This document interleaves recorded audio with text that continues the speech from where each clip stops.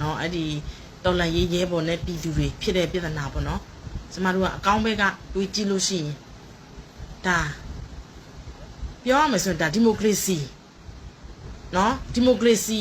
မရသေးတဲ့အချိန်မှာတော်လန်ရေးအချိန်မှာပေါ့နော်ကျမတို့ရဲ့သူရဲကောင်းလေးတွေစိတ်ရှိနဲ့ကျမတို့ရဲ့ပြည်သူတွေကိုဘယ်လိုပဲပြည်သူအပြန်အလှန်ပေါ့နော်အပြန်အလှန်ညှင်းခုန်ကြတယ်ဒါဒီမိုကရေစီရဲ့အစပြိုးခြင်းပဲပြောရမယ်ဆိုရင်နော်ဒါလက်နဲ့ကိုအားကိုးပြီးတော့ပြည်သူကိုလက်နဲ့ပြချိတ်ချောက်တာမဟုတ်ဘူး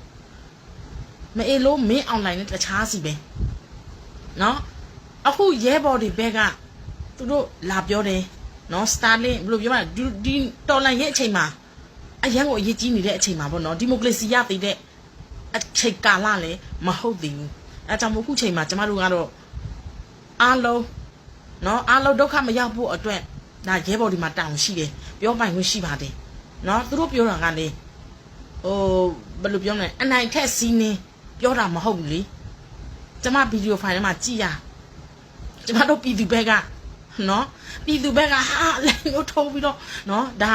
ဘယ်လိုပြောမလဲဒါဒီမိုကရေစီရဲ့အစပြိုးခြင်းလို့ခေါ်တယ်တကယ်လို့သာအာဏာရှင်ဆိုရင်ဒီလိုမျိုးပြောရင်းမလားဩစနာဆိုင်နော်မင်္ဂလာပါဝိုင်းရှယ်ပြပါအာဏာရှင်ဆိုရင်ကျမတို့ဒီလိုမျိုးပြောဖို့မစင်စားနဲ့မော့တော့မကြည့်ရဘူးအဲကြောင့်မို့လေဒါကျမတို့အကောင့်ဘက်ကကြည့်လို့ရှိရင်ကျမတို့ရဲ့တော်လန်ရေးရဲဘော်တွေအထူးသဖြင့်မန္တလေး PDF တွေနော်သူတို့ရဲ့စိတ်ရှိသီးခံမှုကိုကျမတို့ကလေးစားရမှာနော်လေးစားရမှာအခုသူတို့ဒါတော့နော်ဘာပဲဖြစ်ပြည်သူတွေကိုသူတို့တန်မိုးထားလို့နော်မားသည်ဖြစ်စေမှန်သည်ဖြစ်စေအခုပြည်သူကိုပြန်ပြီးတော့နော်ဟိုကတော့ပွဲနဲ့လာပြီးတော့ချော့တာပေါ့နော်အဲ့ဒါကောင်းတဲ့မြင်ကွင်းပဲကောင်းတဲ့မြင်ကွင်းပဲတချို့ကြတော့ညီမျိုးစုံနဲ့ဝေဖန်သုံးသားကြတာပေါ့နော်ကျမတို့အကောင်းဘက်ကကြည့်လို့ရှိရင်ဒါကျမတို့သွားချင်နေတဲ့ဒီမိုကရေစီစနစ်ပဲဒီမိုကရေစီစနစ်ဆိုရင်ကျမတို့ပြည်သူတွေဘယ်သူမှကြောက်ကြရမလို့ဘူးနော်ပြောပိုင်ခွင့်ရှိတယ်ဒါအကောင်းဘက်ကပြောလို့ရှိရင်ပေါ့နော်ဒါပေမဲ့ကျမဒီမန္တလေးစင်ကူမြို့နယ်ကရှိတဲ့ပြည်သူတွေကိုလေအခုရန်ဖြစ်နေတဲ့နော်ကျမတို့ရဲဘော်တွေကိုပြောနေတဲ့ရန်ဖြစ်နေတဲ့ပြည်သူတွေကိုပြောချင်တာကမန္တလေးမှာစင်ကူမှာကျမတို့ PDF လေးတွေရဲ့အောက်မှာကျင်းကြတယ်ဥပဒေနဲ့ထိချုံလို့ချင်းကြတယ်ဆိုရင်လေကျမတို့ကရင်ပြည်နယ်ကိုလာခဲ့လိုက်နော်ကရင်ပြည်နယ်မှာအရန်လွတ်လပ်တယ်မူကြီးစေဝါလောင်းကစားလုံးမလားလွတ်လပ်တယ်နော်နောက်ပြီးတော့ဟိုဗလဲဘယ်သူမှမပြောဘူးပျော်ပွဲစင်ပွဲတွေနဲ့ပျော်စရာကြီးနော်ကထိန်ပွဲလာပါပွဲလာပျော်စရာကြီးလာခဲ့လိုက်သိသွားမယ်ကျမတို့ကရင်ပြည်နယ်မှာလေထိချုံမှုမရှိဘူးဟိုဘယ်လိုပြောမလဲနော်ဥပဒေမဲ့တရားမဲ့နော်အဲ့ဒီလိုမျိုးကင်းလွတ်နေတာကိုနေချင်တယ်ဆိုရင်ကျမတို့ကရင်ပြည်နယ်လာနေလိုက်ကျမတို့ကရင်ပြည်နယ်မှာလေဒီလိုမျိုး PDF တွေမန္တလေးက PDF တွေလိုမျိုးကျမတို့ကရင်ပြည်နယ်မှာဘယ်သူမှထိုင်ချုံလို့မရဲဘူးနော်ဒီ NSA နွားအိုဒီကိုကြောက်နေရတယ်လက်နဲ့ကင်အားလုံးကိုကြောက်နေရတယ်စမှုထမ်းအတွက်ဒီလောက်ထက်ရတယ်နော်ဘာချင်းညာဒီအတွက်ထက်ပြန်ပြောပိုင်ခွင့်မရှိဘာလဲမမေးတော့ချက်အဲ့ဒီလိုမျိုးနေချင်လားလာခဲ့ကျမတို့ကရင်ပြည်နယ်ကိုနော်အဲ့လိုလာနေချင်လို့စင်ကရင်ပြည်နယ်ကိုလာခဲ့လိုက်မော့တော့မကြည့်ရဘူးလက်နဲ့ကင်တယ်အများကြီးပဲ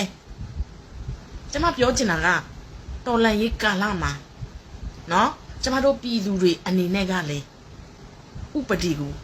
လိုက်နာရမယ်လေးစားရမယ်သူတို့ကလေနော်ဒီစတာလင်သုံးတာအရန်ကိုအန်ရရှိပါလေအန်ရရှိတယ်ဆိုတာဒါရန်သူဘက်ကဘောနော်ရန်သူဘက်ကဟိုဘယ်လိုပြောမလဲတချို့လူတိုင်းကိုနော်ထိတ်ချုံမှုမရောက်နိုင်ဘူးလေဒါပေမဲ့ဥပဒေကိုလိုက်နာလဲပြည်သူတွေစင်ပြောစရာမလိုပါဘူးဒါပေမဲ့တချို့ကြတော့ဥပဒေကိုလက်တလုံးချလို့တဲ့တချို့ပြည်သူတွေရှိတယ်လေအဲ့ဒါကြောင့်ပြောတာပါအခုမန္တလေး PDF တွေလောက်တာမှန်တယ်